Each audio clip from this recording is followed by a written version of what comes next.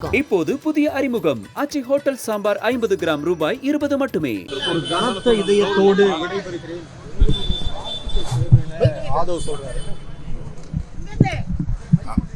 அவருக்கு என்னுடைய வாழ்த்துக்கள் என்றும் உண்டு. பொது வாழ்வில் பொறுமையும் சகிப்புத்தன்மையும் மிக மிக முக்கியமானது. அந்த வாய்ப்பை அவர் விடுதலை சிறுத்தைகள் கட்சியிலே பெறுவார் என்று எதிர்பார்த்தேன்.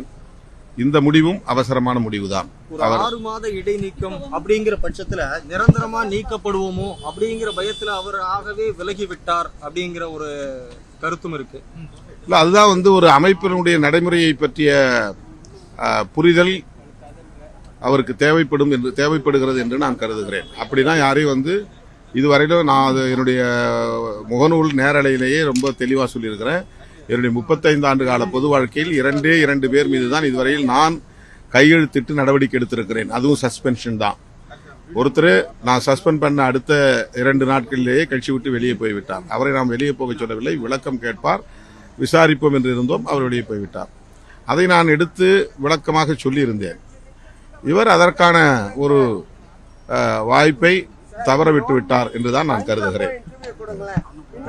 ஆதவுக்கு நீங்க சொல்லக்கூடிய அறிவுரை என்ன சார்? முதல்ல சொல்லிட்டேன், பொறுமையும் சகிப்புத்தன்மையும் பொது வாழ்வுக்கு மிக மிக இன்றியமையாதவை. அவருடைய எதிர்காலம் எப்படி இருக்கும்?